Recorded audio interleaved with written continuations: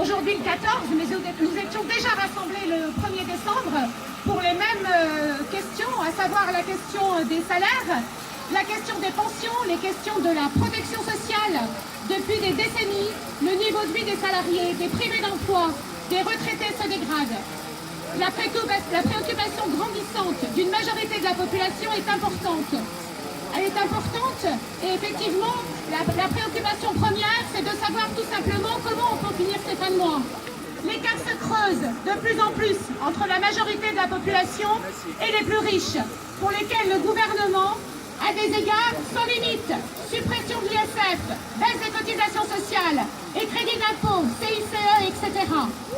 De plus, depuis le 1er décembre, Emmanuel Macron a pris la parole dans une allocution enregistrée de 13 minutes. C'était un véritable exercice d'enfumage, une opération de communication alliant menaces, misérabilisme et mea culpa hypocrite dès les premières minutes de son intervention. Multiplication de tours de passe-passe, de vieilles recettes d'un vieux monde qui poursuit une politique d'austérité depuis 40 ans. Le président tourne le dos aux revendications légitimes des salariés, du public, du privé, des privés d'emploi, des jeunes et des retraités. Rien pour le point d'indice des fonctionnaires.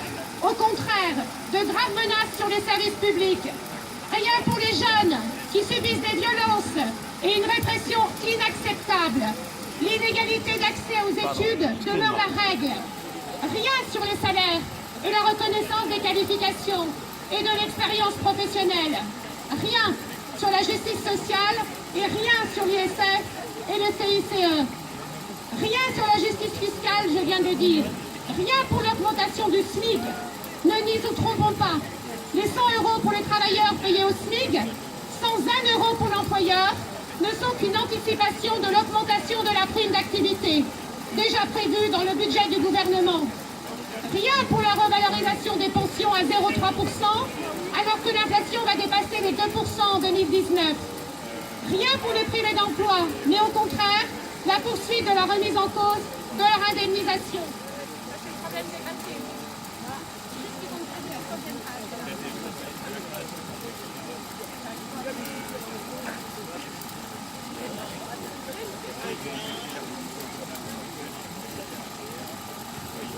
Rien de plus n'est payé par le patronat. On le laisse bien tranquille, ce patronat. Une prime de fin d'année au bon vouloir du patronat est défiscalisée. L'augmentation des salaires composée par la CSG, les heures supplémentaires désocialisées. Le cap est gardé, mes camarades, sur les réformes engagées de l'assurance chômage, les retraites et la réforme de l'État. Les grands épargnés de ce discours, ce sont les actionnaires, le patronat et les plus riches. Aucune contribution ne leur est imposée. Alors pour la CGT, les revendications auxquelles il faut répondre pour un état d'urgence économique et sociale sont l'augmentation du SMIC, mais une vraie augmentation du SMIC, des salaires, des pensions, du point d'indice dans la fonction publique, plus de justice fiscale, le rétablissement de l'ISF, l'exigence des négociations sur les salaires dans les entreprises, des services publics qui répondent aux besoins, la relance de la politique industrielle.